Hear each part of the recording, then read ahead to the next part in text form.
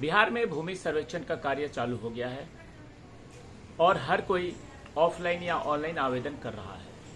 आज के मैं इस वीडियो में बताने वाला हूं कि आपको भूमि सर्वेक्षण कैसे करवाना है, क्या क्या नियम है, क्या क्या डॉक्यूमेंट की जरूरत है, और घबराने की तो बिल्कुल ही जरूरत नहीं है। ये सबसे मेन पॉइंट है।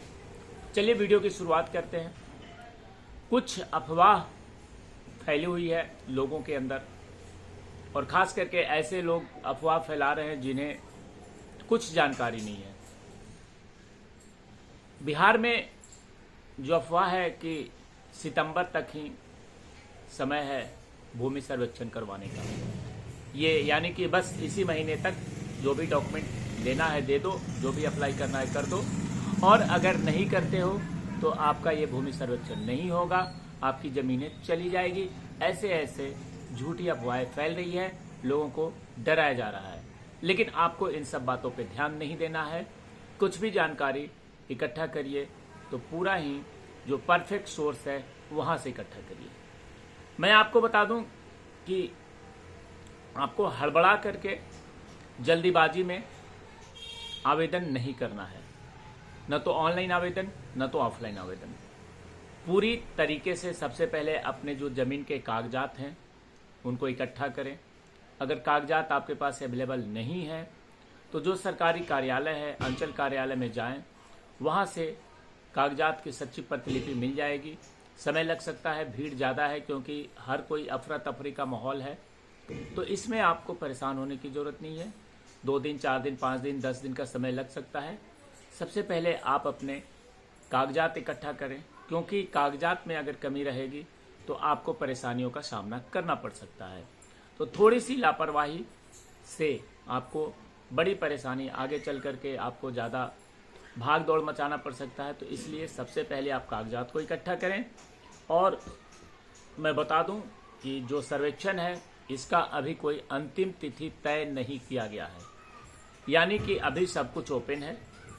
जो भी लोग कह रहे हैं अंतिम तिथि, उस पर ध्यान नहीं देना है। जमीन के दस्तावेज में रैयतों के लिए अपने पंजी 2 जमीन की रसीद के साथ आवेदन कर सकते हैं, जिसमें लोग भ्रमित है कि अद्यतन रसीद होना अनिवार्य नहीं है। इतना होना चाहिए कि जमीन का रसीद 1-2 साल पूर्व में कटाया गया है। अगर रसीद आपके पास अवेलेबल हो जाता है तो अच्छी बात है, लेकिन आपको ये देखना होगा कि जमीन का निबंधन तो नहीं हुआ हो, परंतु आवेदन के लिए किसी प्रकार का शुल्क देय नहीं है।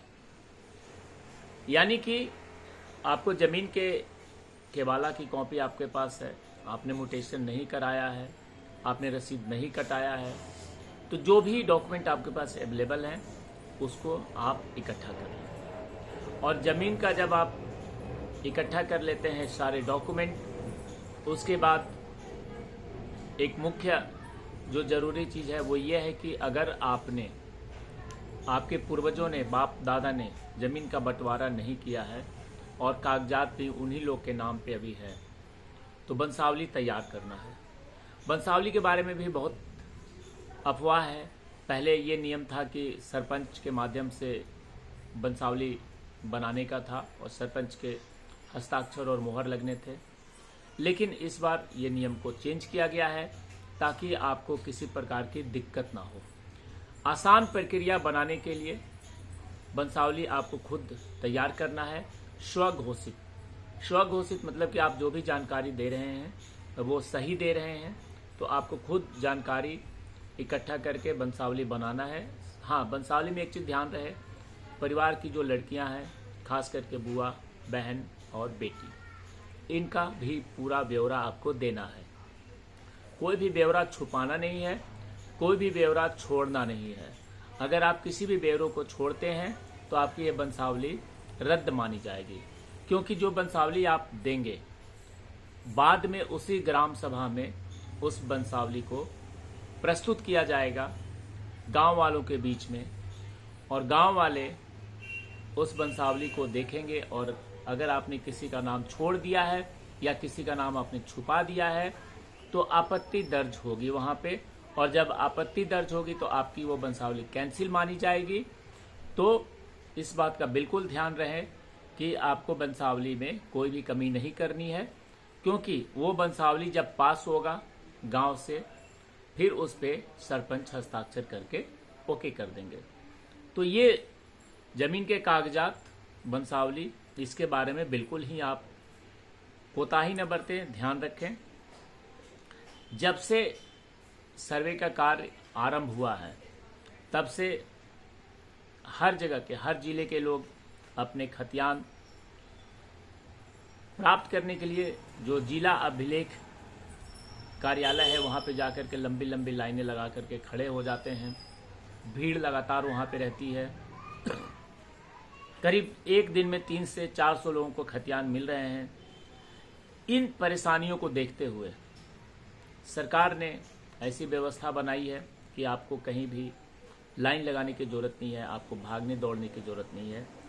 ऑनलाइन आप अपने जिले के सभी मौजों का खतियान स्कैन कर सकते हैं, यानी कि ऑनलाइन आप डाउनलोड कर सकते हैं।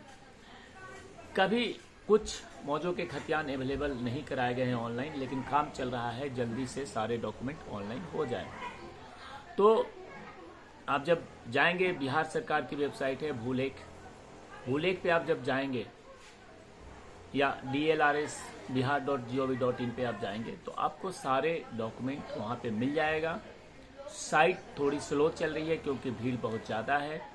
आपको इस बात का ध्यान देना है कि आप ऑनलाइन जब जाते हैं तो वहाँ पे आपको अपने जिले का नाम, उसके बाद आपको अपने ब्लॉक का नाम, खाता, खेसरा, मौजा, जो भी अवेलेबल है आपके पास, जिला, ब्लॉक, ये तो आप डालेंगे ही। उसके बाद मौजा, खाता, खेसरा नंबर में से कोई भी एक डालेंगे, सर्च में डालेंगे तो आपको आपके ज़मीन के सारे डिटेल्स उपलब्ध हो जाएंगे। वहाँ से आप कॉपी को डाउनलोड कर लीजिए। आप जो कार्यालय में जाकर के, अंचल में जाकर के इतने भीड़ में लाइन लग रहे हैं, या दलाल कहते हैं कि 500 रुपया लेंगे हम ये काम कर देंगे, तो बेहतर है कि आप किसी के चक्कर में ना पड़ें। आजकल हर घर में मोबाइल है, लैपटॉप है, कंप्यूटर है, पढ़े लिखे बच्चे हैं, आप उनसे डाउनलोड सारे फॉर्म कर सकते हैं। ज़मीन के लगभग सारे कागजात आपको ऑनलाइन मिल जाएंगे।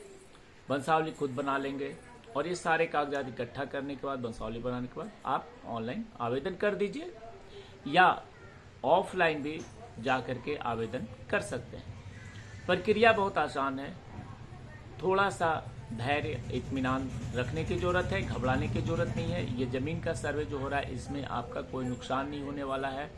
न तो आपकी ज़मीन किसी को जा रही है, न तो आपका ज़मीन कोई सरकार ले रहा है। जो आपकी ज़मीन है आपके पास ही रहेगी। बस आपको सिर्फ ध्यान ये देना है कि कागजात सही तरीके से इकट्ठा करें और अपने वंशावली को बनाएं, साथ ही साथ सही समय पे जा कर के जमा कर दें। और जब कभी गांव में अमीन आते हैं तो उस दौरान आप वहां पे मौजूद रहें और अपने ज़मीन का सर्वे करवाएं। प्रक्रिया आसान बनाया गया है और ये प्रक्रिया आपके लिए बनाया गया है, इसलिए कभी भी किसी के चक्कर में न पड़ें, दलालों से दूर रहें और अपना काम करें। अगर मेरा चैनल ये बातें आपको अच्छी लगती है तो सब्सक्राइब कर दें।